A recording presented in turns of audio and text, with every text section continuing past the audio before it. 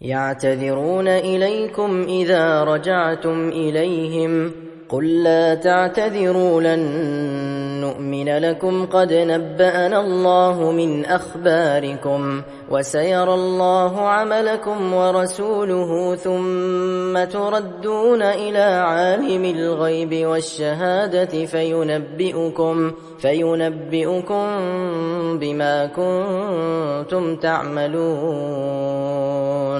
سيحلفون بالله لكم إذا انقلبتم إليهم لتعرضوا عنهم فأعرضوا عنهم إنهم رجس ومأواهم جهنم جزاء بما كانوا يكسبون يحلفون لكم لترضوا عنهم فإن ترضوا عنهم فإن الله لا يرضى عن القوم الفاسقين الأعراب أشد كفرا ونفاقا وأجدر ألا يعلموا حدود ما أنزل الله على رسوله والله عليم حكيم ومن الأعراب من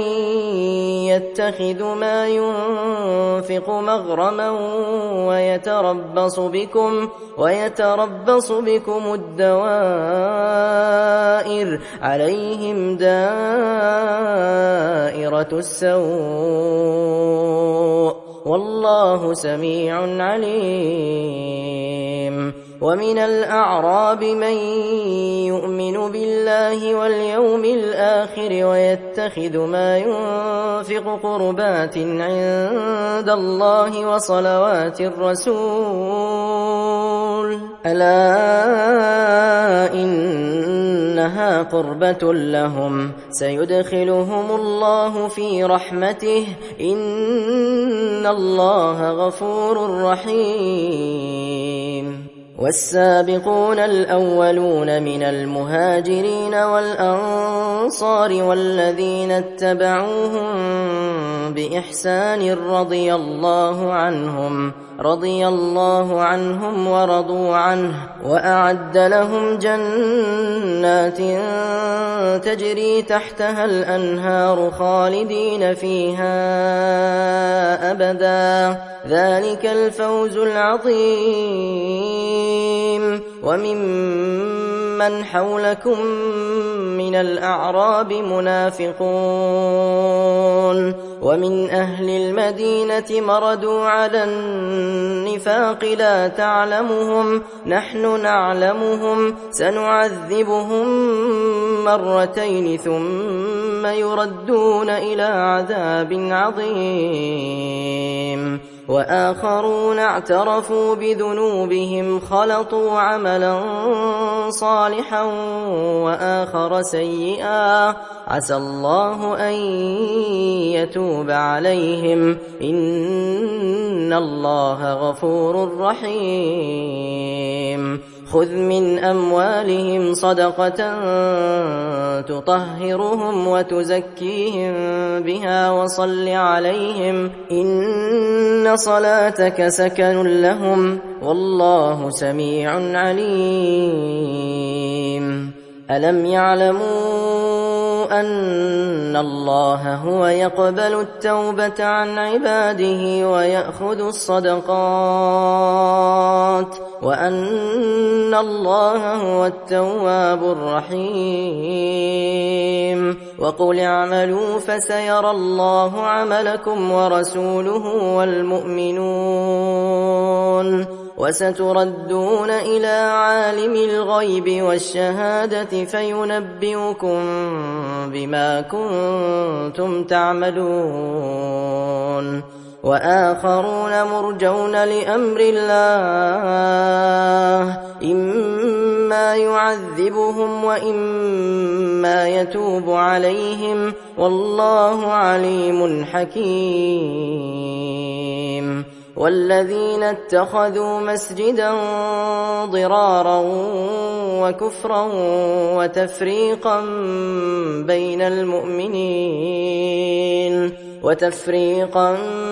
بين المؤمنين وإرصادا لمن حارب الله ورسوله من قبل وليحلفن إن أردنا إلا الحسنى والله يشهد إنهم لكاذبون لا تقم فيه أبدا لمسجد أسس على التقوى من أول يوم أحق أن تقوم فيه رجال يحبون أن يتطهروا والله يحب المطهرين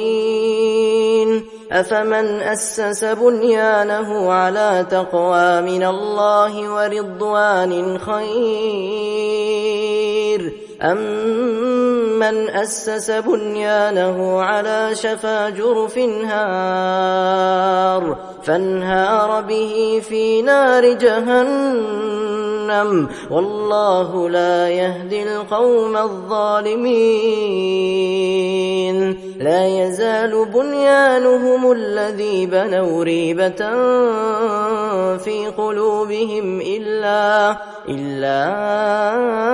أن تقطع قلوبهم والله عليم حكيم إن الله اشترى من المؤمنين أنفسهم وأموالهم بأن لهم الجنة يقاتلون في سبيل الله فيقتلون ويقتلون وعدا عليه حقا في التوراة والإنجيل والقرآن ومن أوفى بعهده من الله فاستبشروا ببيعكم الذي بايعتم به وذلك هو الفوز العظيم التائبون العابدون الحامدون السائحون الراكعون الساجدون الآمرون بالمعروف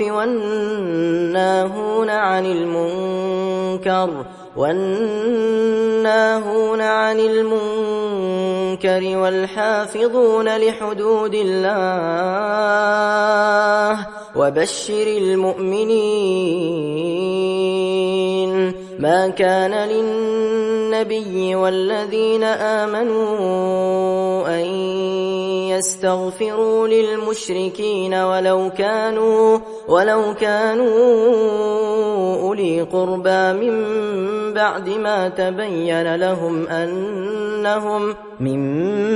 بعد ما تبين لهم أنهم أصحاب الجحيم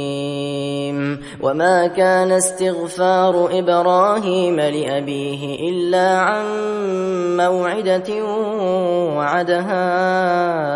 إياه فلما تبين له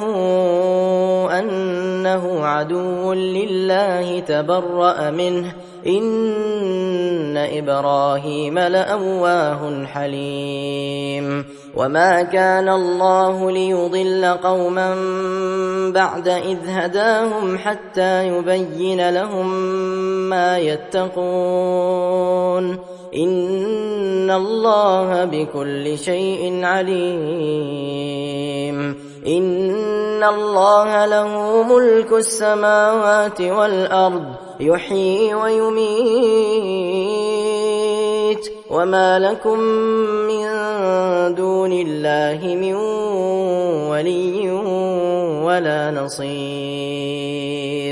لقد تاب الله على النبي والمهاجرين والأنصار الذين اتبعوه في ساعة العسرة من بعد ما كاد يزيغ قلوب فريق منهم ثم تاب عليهم إنه بهم رءوف رحيم وعلى الثلاثة الذين خلفوا حتى إذا ضاقت عليهم الأرض بما رحبت وضاقت عليهم أنفسهم وظنوا أن لا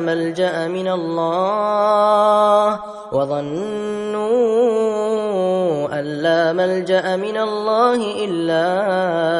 إليه ثم تاب عليهم ليتوبوا إن الله هو التواب الرحيم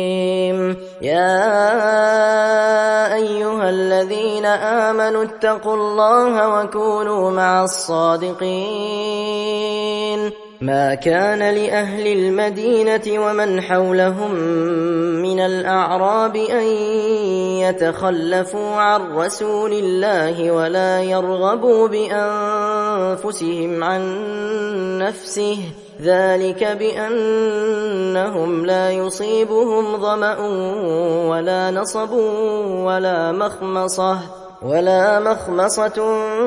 في سبيل الله ولا يطؤون موطئا يغيظ الكفار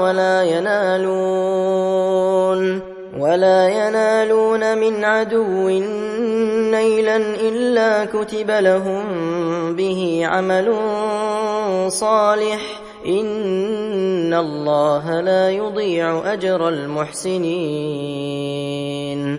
ولا ينفقون نفقة صغيرة ولا كبيرة ولا يقطعون واديا إلا كتب لهم ليجزيهم الله أحسن ما كانوا يعملون وما كان المؤمنون لينفروا كافة فلولا نفر من كل فرقة منهم طائفة ليتفقهوا في الدين ولينذروا قومهم إذا رجعوا إليهم لعلهم يحذرون يا أيها الذين آمنوا قاتلوا الذين يلونكم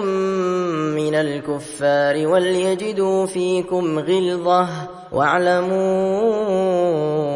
أن الله مع المتقين وإذا ما أنزلت سورة فمنهم من يقول أيكم زادته هذه إيمانا فأما الذين آمنوا فزادتهم إيمانا وهم يستبشرون وأما الذين في قلوبهم مرض فزادتهم رجسا إلى رجسهم وماتوا وهم كافرون أولا يرون أنهم يفتنون في كل عام مرة أو مرتين ثم لا يتوبون ولا هم يذكرون وإذا ما أنزلت سورة نظر بعضهم إلى بعض هل يراكم من أحد ثم انصرفوا صرف الله قلوبهم بأنهم قوم لا يفقهون لقد جاءكم رسول من أنفسكم عزيز عليه ما عنتم حريص عليكم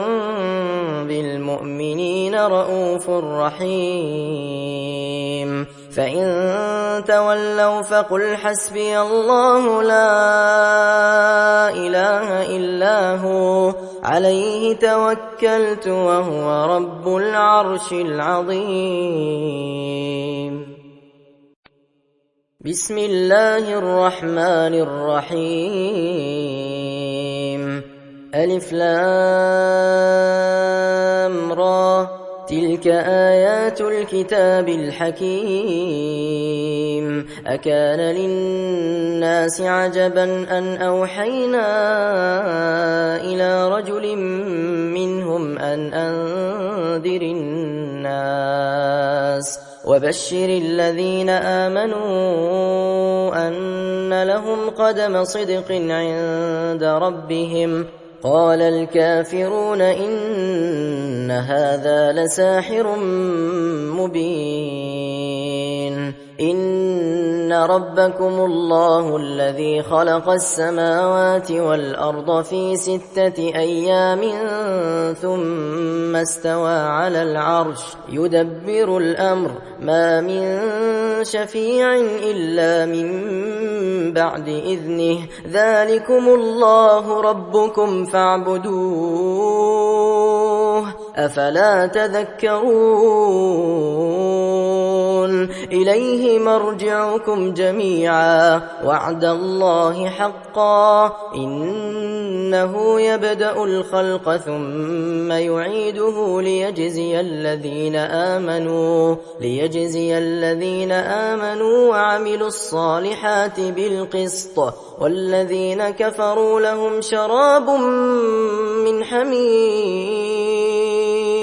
لهم شراب من حميم وعذاب أليم بما كانوا يكفرون هو الذي جعل الشمس ضياء والقمر نورا وقدره منازل لتعلموا عدد السنين والحساب ما خلق الله ذلك إلا بالحق يفصل الآيات لقوم يعلمون إن في اختلاف الليل والنهار وما خلق الله في السماوات والأرض لآيات لقوم يتقون إن الذين لا يرجون لقاءنا ورضوا بالحياة الدنيا واطمأنوا بها والذين هم عن آياتنا غافلون أولئك مأواهم النار بما كانوا يكسبون إن الذين آمنوا وعملوا الصالحات يهديهم ربهم بإيمانهم تجري من تحتهم الأنهار في جنات النعيم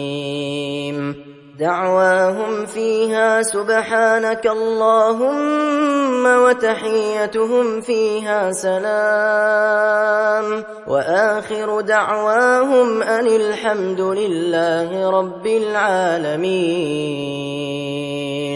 ولو يعجل الله للناس الشر استعجالهم بالخير لقضي إليهم أجلهم فنذر الذين لا يرجون لقاءنا في طغيانهم يعمهون وإذا مس الإنسان الضر دعانا لجنبه أو قاعدا أو قائما فلما كشفنا عنه ضره مر كأن لم يدعنا إلى ضر مسه كذلك زين للمسرفين ما كانوا يعملون ولقد أهلكنا القرون من قبلكم لما ظلموا وجاءتهم رسلهم بالبينات وما كانوا ليؤمنوا كذلك نجزي القوم المجرمين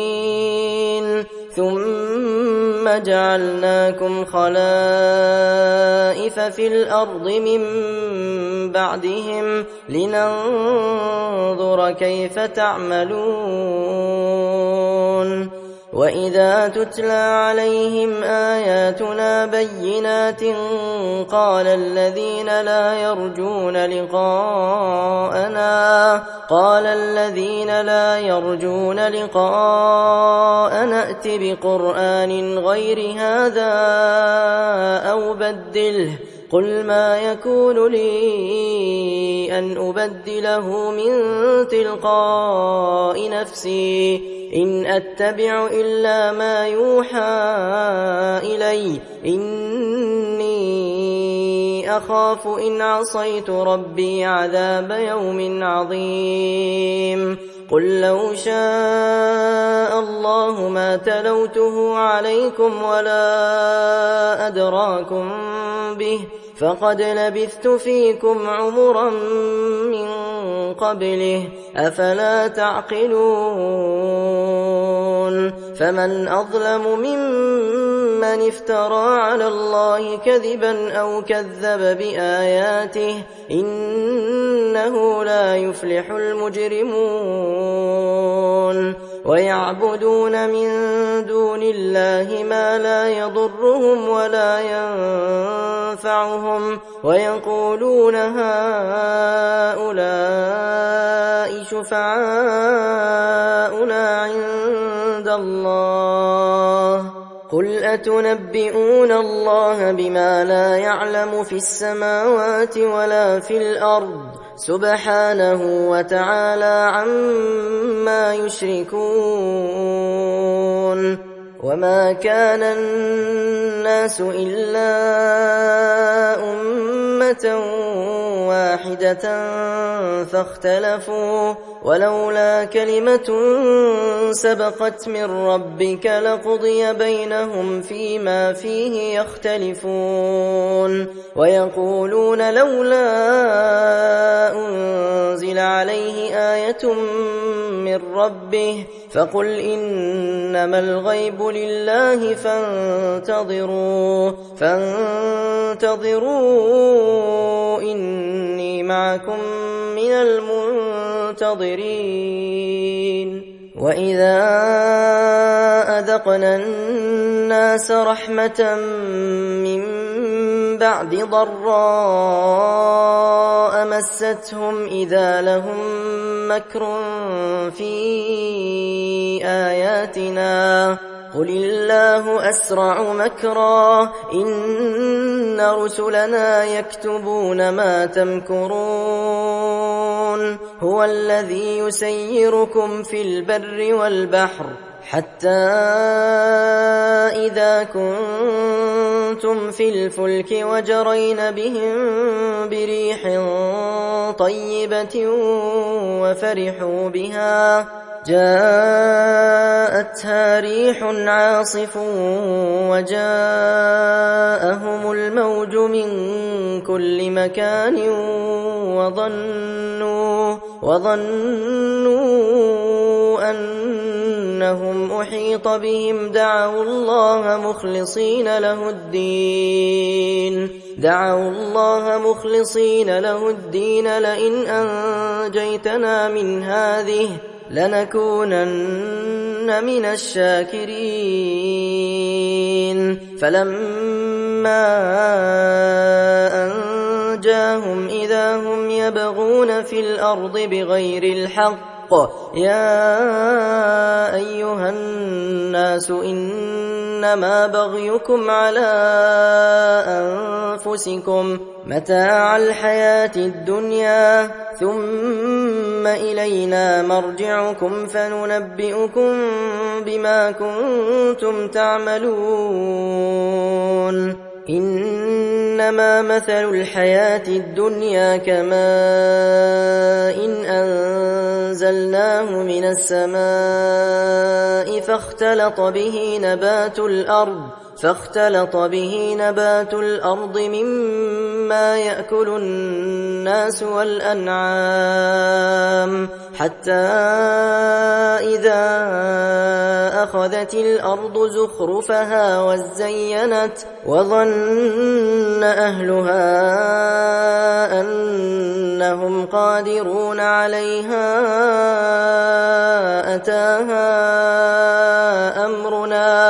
أتاها أمرنا ليلا ليلا أو نهارا فجعلناها حصيدا كأن لم تغن بالأمس كذلك نفصل الآيات لقوم يتفكرون والله يدعو إلى دار السلام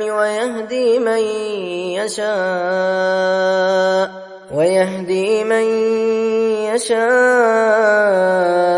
إلى صراط مستقيم للذين أحسنوا الحسنى وزيادة ولا يرهق وجوههم قتر ولا ذلة أولئك أصحاب الجنة هم فيها خالدون والذين كسبوا السيئات جزاء سيئة بمثلها وترهقهم ذلة ما لهم من الله من عاصم كأنما أغشيت وجوههم قطعا من الليل مظلما أولئك أصحاب النار هم فيها خالدون ويوم نحشرهم جميعا ثم نقول للذين أشركوا مكانكم أنتم وشركاؤكم فزيلنا بينهم وقال شركاؤهم ما كنتم إيانا تعبدون فكفى بالله شهيدا بيننا وبينكم إن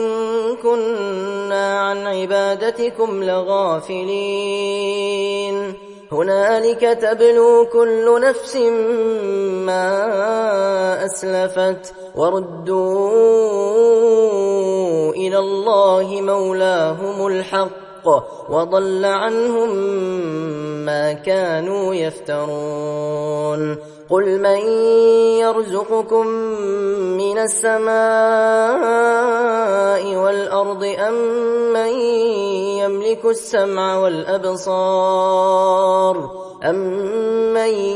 يملك السمع والأبصار ومن يخرج الحي من الميت ويخرج الميت من الحي ومن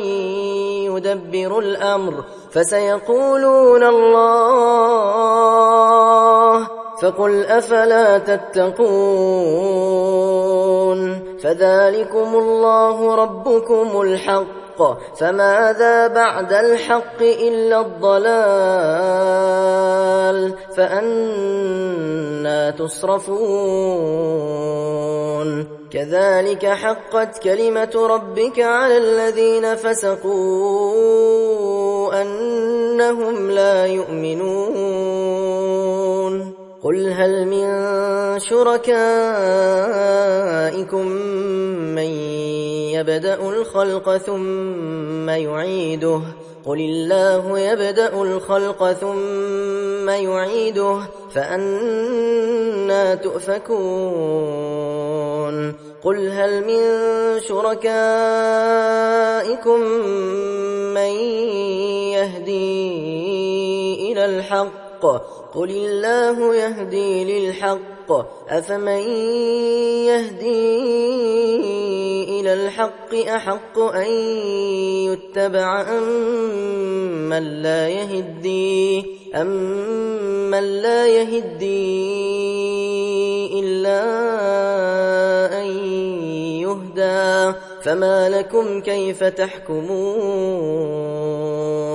وما يتبع أكثرهم إلا ظنا إن الظن لا يغني من الحق شيئا إن الله عليم بما يفعلون وما كان هذا القرآن أن يفترى من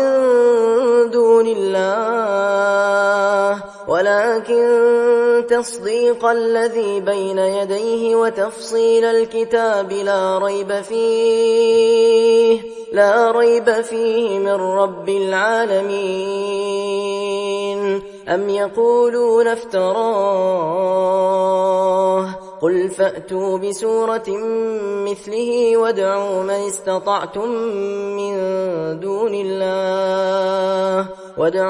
استطعتم من دون الله إن كنتم صادقين بل كذبوا بما لم يحيطوا بعلمه ولما يأتهم تأويله كذلك كذب الذين من قبلهم فانظر كيف كان عاقبة الظالمين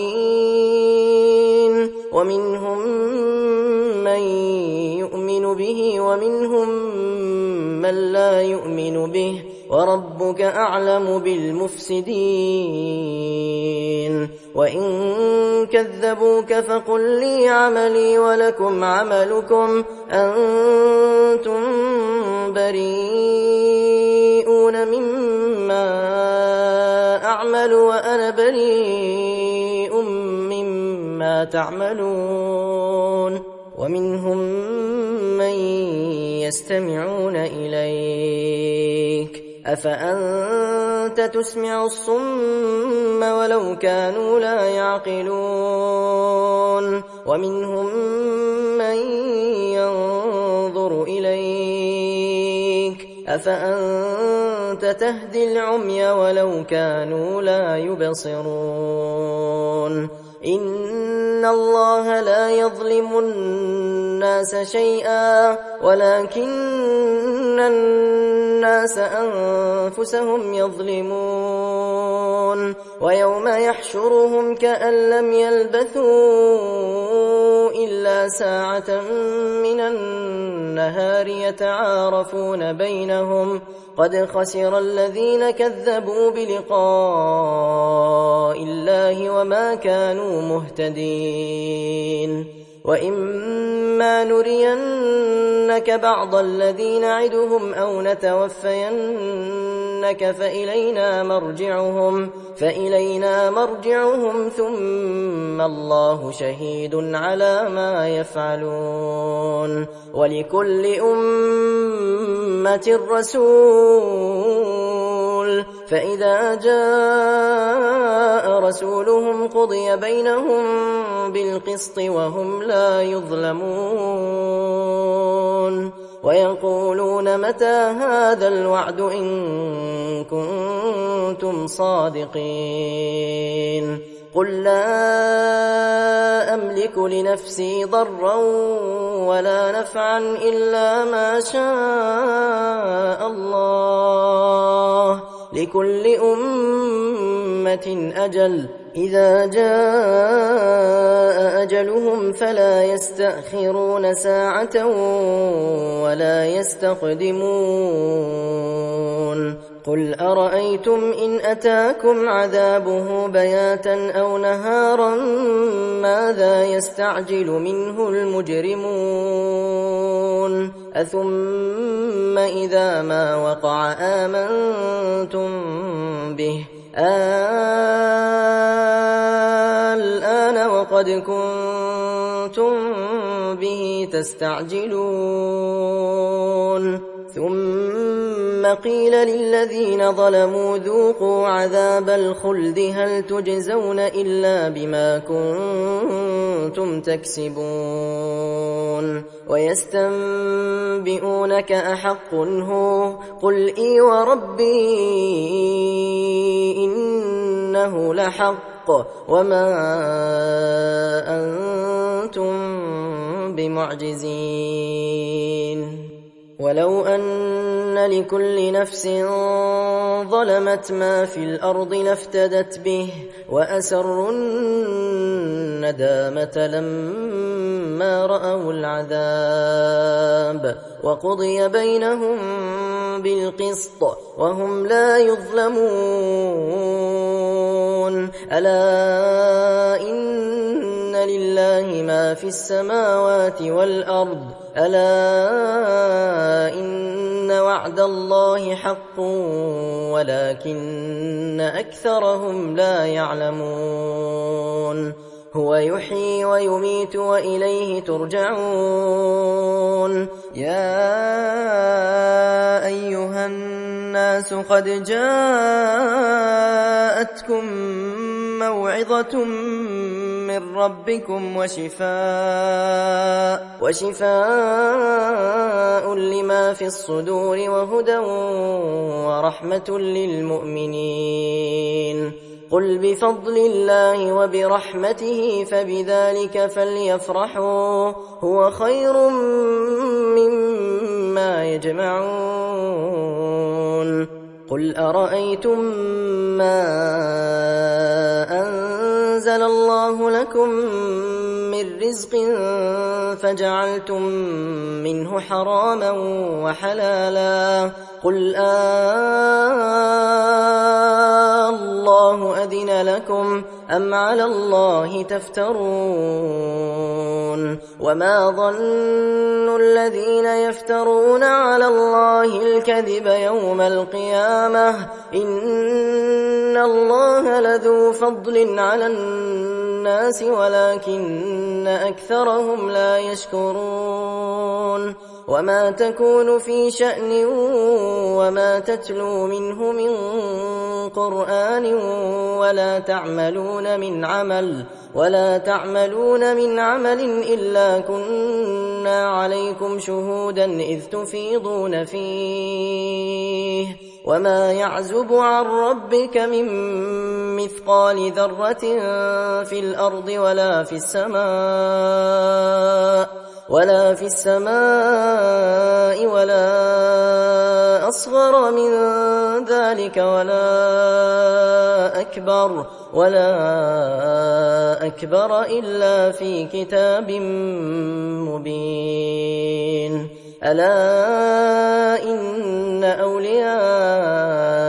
الله لا خوف عليهم ولا هم يحزنون الذين آمنوا وكانوا يتقون. لهم البشرى في الحياة الدنيا وفي الآخرة لا تبديل لكلمات الله ذلك هو الفوز العظيم. ولا يحزنك قولهم إن العزة لله جميعا هو السميع العليم. ألا إن لله من في السماوات ومن في الأرض وما يتبع الذين يدعون من دون الله شركاء إن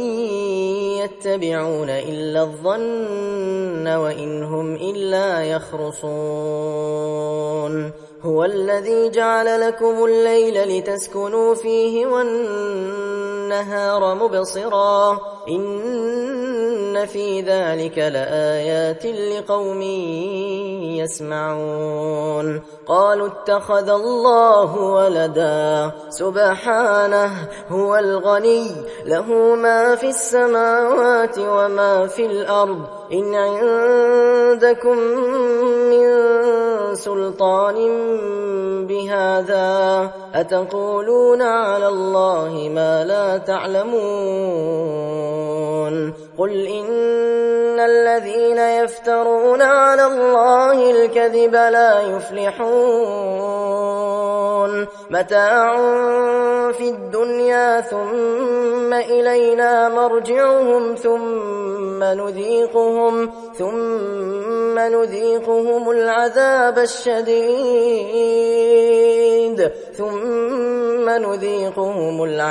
الشديد بما كانوا يكفرون. واتل عليهم نبأ نوح إذ قال لقومه يا قوم إن كان كبر عليكم مقامي وتذكيري بآيات الله فعلى الله توكلت فأجمعوا وأجمعوا أمركم وشركاءكم ثم لا يكن أمركم عليكم غمة ثم قضوا إلي ولا تنظرون فإن توليتم فما سألتكم من أجر إن أجري إلا على الله وأمرت أن أكون من المسلمين فكذبوه فنجيناه ومن معه في الفلك وجعلناهم خلائف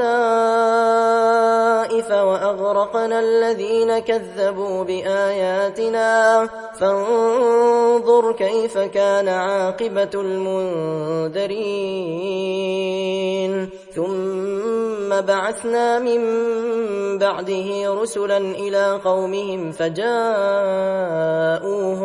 فجاءوهم بالبينات فما كانوا ليؤمنوا بما كذبوا به من قبل كذلك نطبع على قلوب المعتدين ثم بعثنا من بعدهم موسى وهارون إلى فرعون وملئه بآياتنا فاستكبروا وكانوا قوما مجرمين فلما جاءهم الحق من عندنا قالوا إن هذا لسحر مبين قال موسى أتقولون للحق لما جاءكم أسحر هذا ولا يفلح الساحرون قالوا أجئتنا لتلفتنا عما وجدنا عليه آباءنا وتكون لكما الكبرياء في الأرض وما نحن لكما بمؤمنين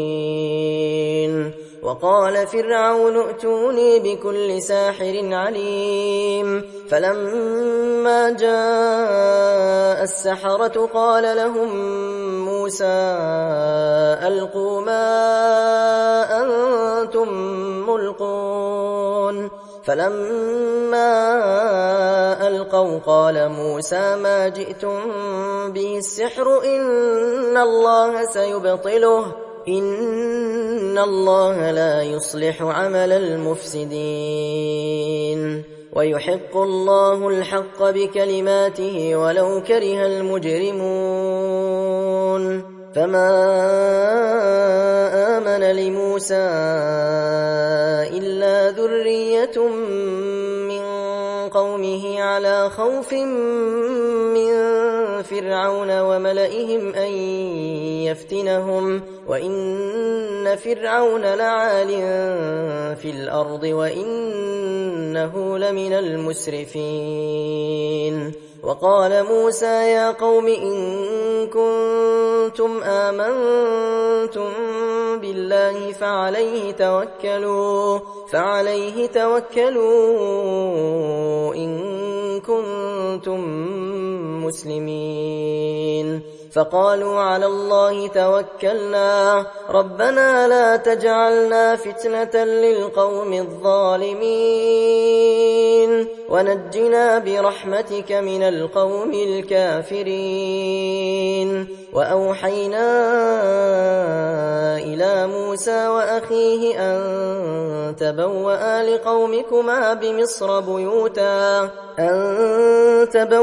لقومكما بمصر بيوتا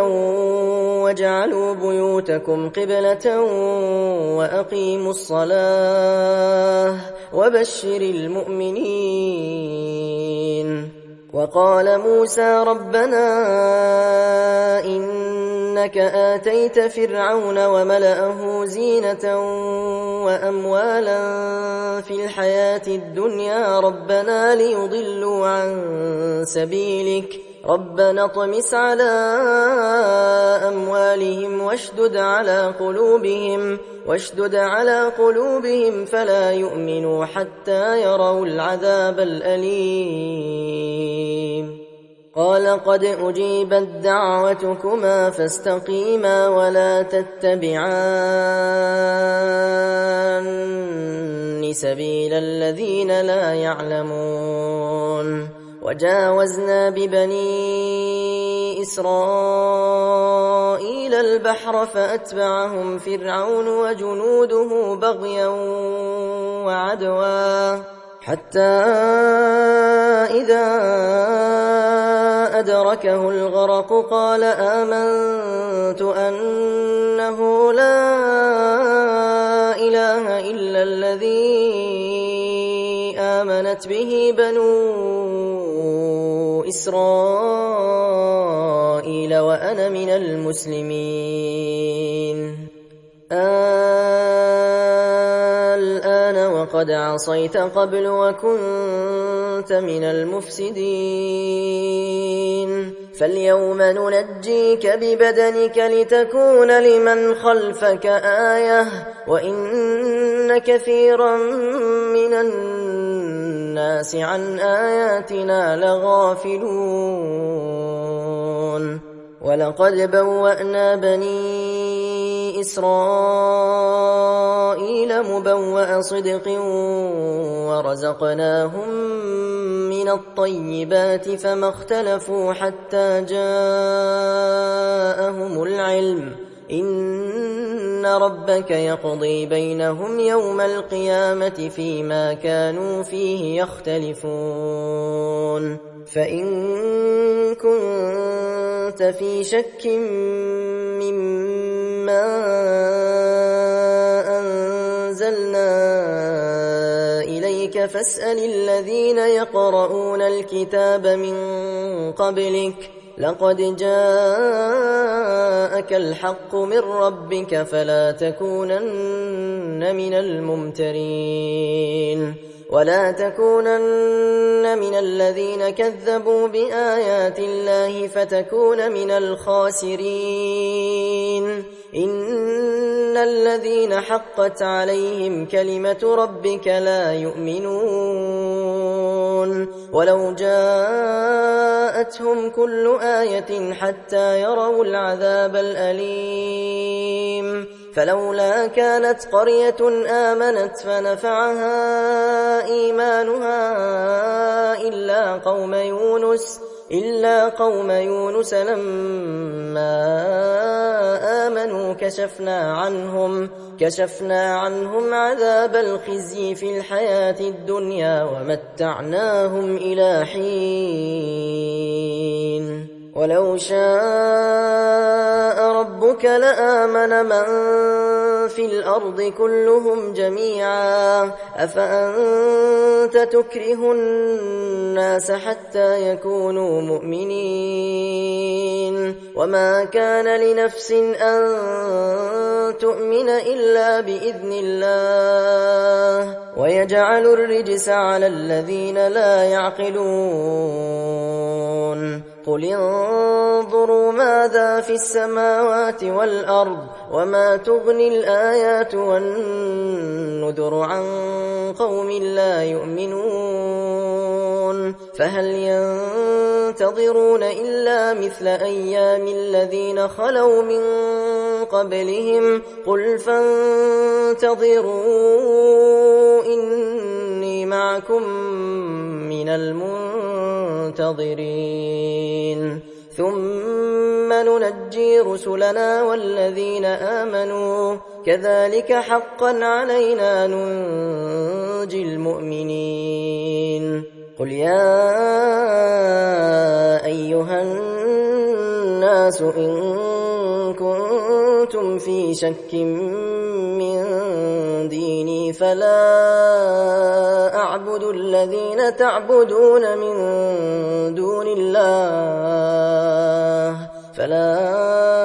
أعبد الذين تعبدون من دون الله ولكن أعبد الله ولكن أعبد الله الذي يتوفاكم وأمرت أن أكون من المؤمنين وأن أقم وجهك للدين حنيفا ولا تكونن من المشركين ولا تدع من دون الله ما لا ينفعك ولا يضرك فإن فعلت فإنك إذا من الظالمين وإن يمسسك الله بضر فلا كاشف له إلا هو وإن يردك بخير فلا راد لفضله يصيب به من يشاء من عباده وهو الغفور الرحيم قل يا أيها الناس قد جاءكم الحق من ربكم فمن اهتدى فإنما يهتدي لنفسه ومن ضل فإنما يضل عليها وما أنا عليكم بوكيل واتبع ما يوحى إليك واصبر حتى يحكم الله وهو خير الحاكمين بسم الله الرحمن الرحيم ألف لام را كتاب أحكمت آياته ثم فصلت من لدن حكيم خبير ألا تعبدوا إلا الله إنني لكم منه نذير وبشير وأن استغفروا ربكم ثم توبوا إليه يمتعكم متاعا حسنا إلى أجل مسمى ويؤت كل ذي فضل فضله وإن تولوا فإني أخاف عليكم عذاب يوم كبير إلى الله مرجعكم وهو على كل شيء قدير ألا إنهم يثنون صدورهم ليستخفوا منه ألا حين يستغشون ثيابهم يعلم ما يسرون وما يعلنون إنه عليم بذات الصدور